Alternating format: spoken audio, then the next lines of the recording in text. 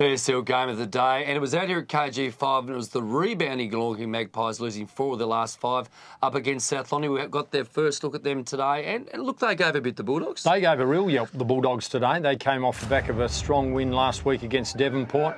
They came down full of hope. They would have come down full of hope because this wasn't the best Glenorchy side that's ever run around on the field. They've got a few back. They were really badly depleted with injury, but they're still far below their best. On the back of their win last week, South Launceston would have been really keen on their chances, but they too had lost a number of good players to the state under-18s and a couple of injuries.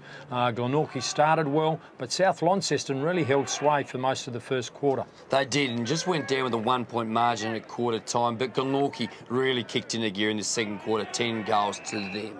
Oh, yeah, they just dominated. In the end, in the second quarter, South Launceston just couldn't get the ball off them, Glenorchy. They weren't able to muster that same intensity and fierceness and pressure that they came up with in the first quarter, and Glenorchy ran away with it in the second quarter. But importantly, they bounced back in the third quarter, kicked 5 goals. South Launceston saw a good one there a moment ago from Bo Thorpe, who had a good game out of the centre. This guy, Jason Akamenis, who we know very, very well, had a good game, another good game. Not outstanding quite yet, but he kicked 4 goals, and he's going to be very useful comes finals time if Glenorchy can hang on.